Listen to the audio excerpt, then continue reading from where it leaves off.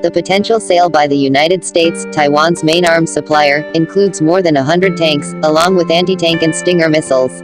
Taiwan's defense ministry confirmed the request on Thursday, and in a speech, President Tsai Ing-wen said, "We will keep on strengthening our self-defense capabilities, and will also keep on being a contributor to regional peace." The list of weaponry includes 108 General Dynamics Corp M1A2 Abrams tanks worth around $2 billion, 1.7 billion euros.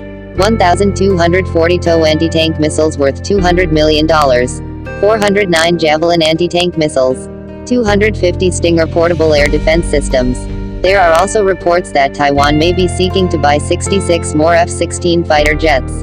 The U.S. Congress, which has to approve the deal, has been sent an informal notification, according to Reuters news agency, risking U.S.-China relations. The Chinese government, which regards Taiwan as part of its territory, was quick to respond, warning the sales could seriously damage relations with the United States.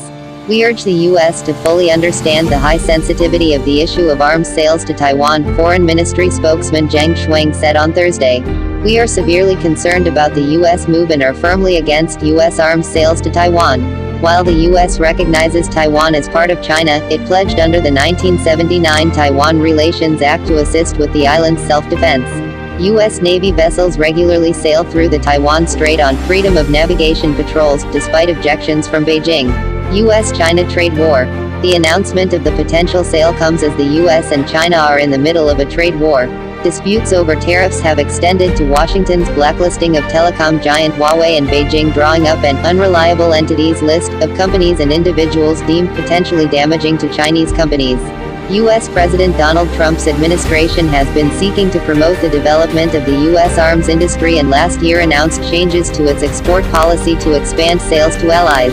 Already the world's largest arms exporter, the U.S. increased its share of total global exports to 36% in 2018, according to the Stockholm International Peace Research Institute. The USA has further solidified its position as the world's leading arms supplier, SIPRI's Aude Florent said. The USA exported arms to at least 98 countries in the past 5 years. Taiwan thanked the U.S. for support on Tuesday, after the U.S. State Department agreed to sell it $2.2 billion, 1.96 billion euros, in arms. The purchase is set to include 108 M1A2T Abrams tanks, some 250 Stinger air defense missiles, mounted machine guns and other weapons.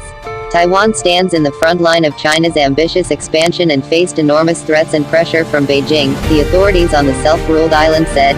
This arms sale of M1A2 tanks and various missiles will help greatly to increase our defensive capabilities, the statement added. U.S. lawmakers have 30 days to raise objections to the sale, but are not expected to oppose it. On Tuesday, China slammed the move as a crude interference in China's internal affairs. They called on Washington to immediately cancel the planned arms sale and stop military relations with Taipei to avoid damaging Sino-U.S. relations and harming peace and stability in the Taiwan Strait.